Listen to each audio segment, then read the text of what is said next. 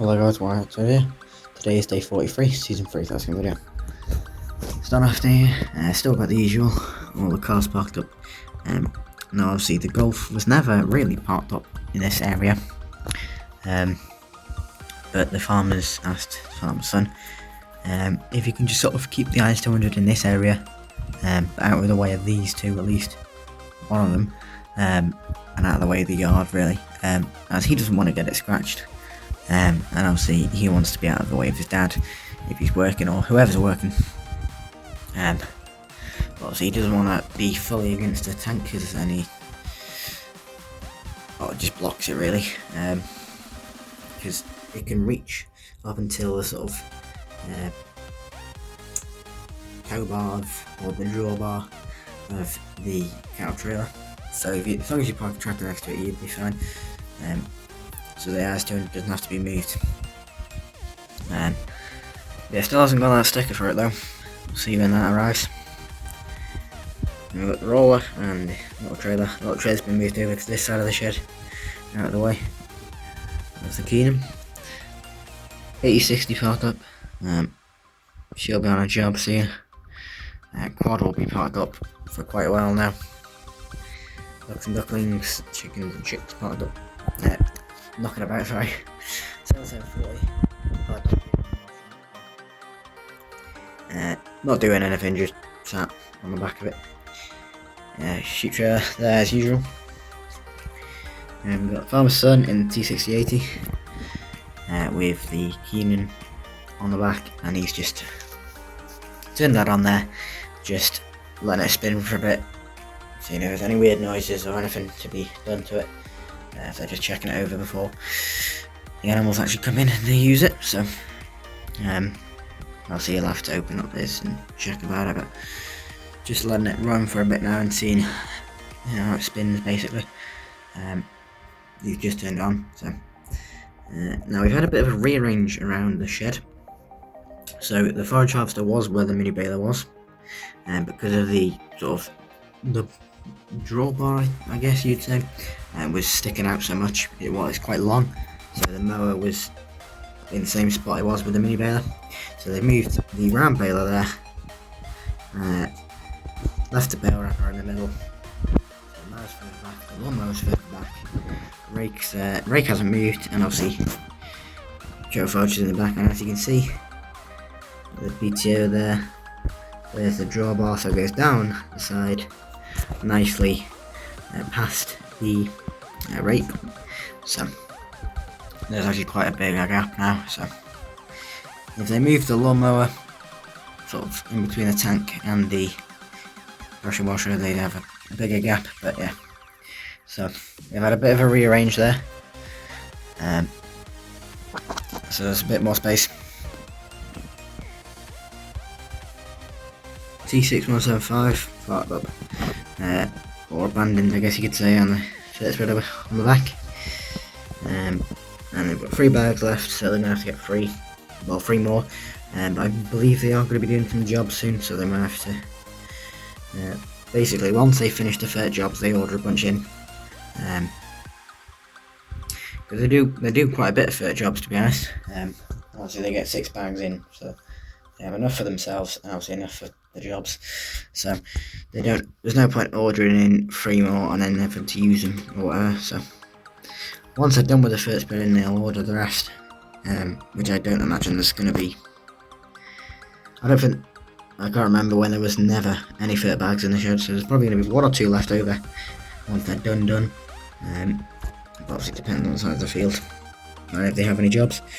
6 to 16 piled up further back in the shed, after she was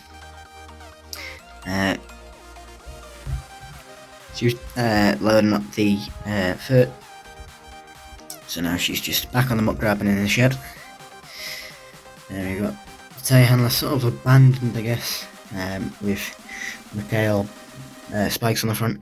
The reason why everything's sort of abandoned is the T6, it needs to get in, the Marshall, and the bale spikes, and everything here will be moved back to where they were.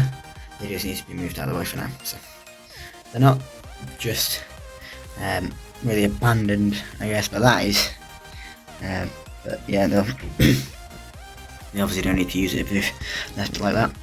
And that's why everything's sort of gathered here. The book rake's been moved. Herbs trailer, bale trailer. Because obviously we're not going to really need that. I suppose a lot of this stuff could actually go on the bale trailer because we're not going to need that either. So the flatbed trailer's been moved back now because the book rake's not there. Size trailers, stay where it is. The bale stack, nothing's changed there at all, as you can see.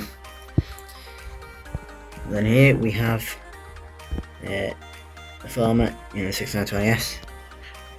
Apparently it's been a while since he's been in this, or it feels like it. It's like he said he can't really remember how he used it. It's been that long. I don't think it has, but you know, you've got 4 other tractors, especially 3 of them being New Holland, and going straight to a John Deere. A bit an older John Deere as well. It's a bit of a change. But yeah, he's got spade edge cutter. He's just doing this hedge here. So that's him done for his land. Because obviously he's done the other farm.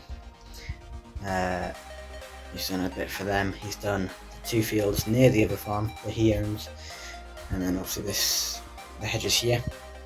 After that, I imagine he'll do a couple jobs. Whatever tractor that'll be, I don't know. But yeah, so hence why everything had to be moved out of the way. So he can do that side of the hedge, the top, and then obviously he can do. He's already done this side. Doesn't look like he's done the tree though. But obviously it's a tree, so it doesn't really matter. As you can see, a couple of the sheep are running away. As it's quite loud and flicking twigs and whatever. Flicking whatever's in the hedge out. And then yeah, here other sheep just enjoying themselves, grazing whatever grass is left. And then we've got all the cows grazing, like the sheep, whatever little grass is left. Also, this patch here is very green. I don't know why it's a lot greener. These are sort of a browny yellow colour. Now that's quite green. I don't know what that is, because it has been mowed by the farmer 3 times this year. I think he did it last year as well, so I have no idea why the colour difference is there. I'll have to ask him. So yeah, so a little bit going on the farm, and hopefully there'll still be a lot going on considering everything's sort of slowing down from summer, getting ready for winter, because there's always something to do. Just summer's a bit more exciting because, well, it just is really. You can sort of notice it's starting to grow again, this field, so that's good. And then on the road it's quite busy, so we've got a New Holland FR 850 with his header at the junction, going to lift up his last bit of silage. Yes, I have shortened the header. Doesn't look the best, but it doesn't look silly. It's a bit too short, but it's better than it being way too wide. So yeah, he's just at the junction there.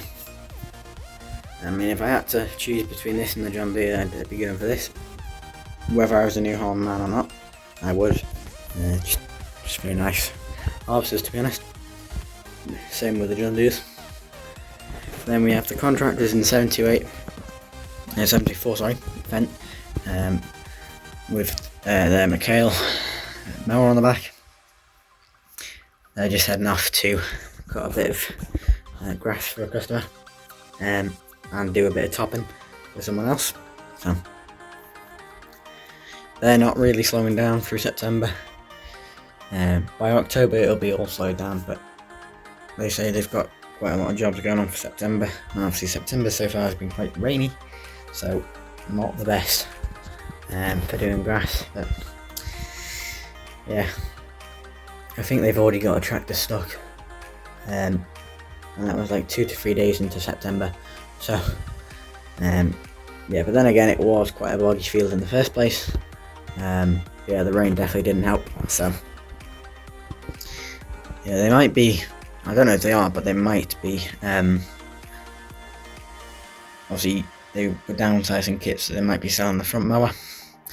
Because obviously they've had to get it repaired twice this year, just in the silage season, just because they hit it with a gate post. And then they hit it into a tree heading into a field, so it's just like a bit awkward because it's not really made, the gateways around here aren't really made for front mowers, to be honest, let alone big tractors, hence why the 74 always gets the sort of mowing jobs, because she fits in the gateways a lot easier.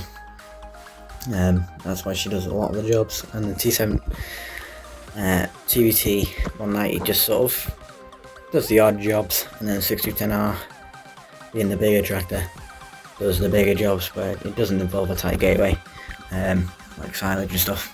So yeah, and then it's nice to see the Farmer's Son's Golf still kicking about.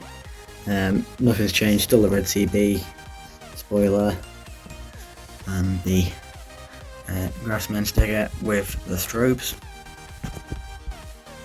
So still knocking about. Obviously this was his mate who had the red Mark 5, who's now got the Mark 6 and sold the red Mark 5 on, and the red Mark 5 has gone to someone else who's in the area. So yeah, it's a bit of a sort of hand-me-down whenever you get, or just everyone's buying a car and selling a car. Now, I don't know what the current Mark 5 owner had before. Maybe it's his first car, maybe it's his first sort of sporty car, I guess. Yeah, nice to see that still out and about. I bet he's been sick of being stuck behind these two. Now she also does have a reek map as far as I know, so unless he's changed that, then nothing's been changed about the car. So yeah, so obviously as of this week, Model Farm videos go back to 1 a week until obviously we get to 50, and then I change the Model Farm and start over again. Yeah, just in case anyone new who's finding the Model Farm video happens to watch this and then gets a bit confused with what's happening. So they're normally 1 a week, but I've just had the opportunity to do 2 a week, so I decided to, and then it also gets the Model Farm, all this sort of series done quicker, so I can start the new one and get the videos out for that. So hope you enjoyed, guys. Don't forget to like, comment and subscribe, and bye.